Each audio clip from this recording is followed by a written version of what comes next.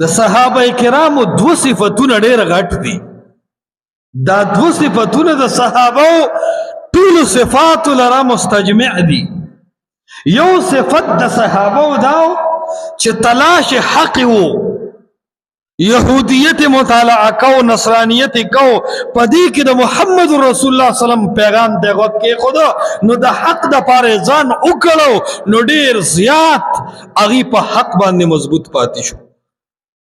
دویم صفت داو چې د حق د پاره کله ځان وکړو حق ورته ملاو شو، بیا د حق سره وفاداری ډیره زیاته وکړه، د هغه حق د پاره مال استعمال کو، د هغه حق د پاره بدن استعمال کو، د هغه حق د پاره خپل جان صلاحیتونه استعمال کړل، خپل بچی استعمال کړل، د هغه حق نه قربان کړل.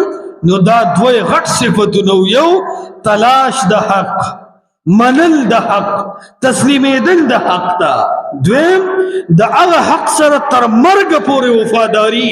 په سرونه تی جدا شو، په غشو ولګېدل، ښځې کونډې شوې، بچي یتیمانان شول، خو د الله دی دین سره چې صحابه کرامو کومه وفا کړې ده نو د هغې نظیر او د هغې مثل هغه په دنیا کې لکه بل څوک نشي پیش کولی.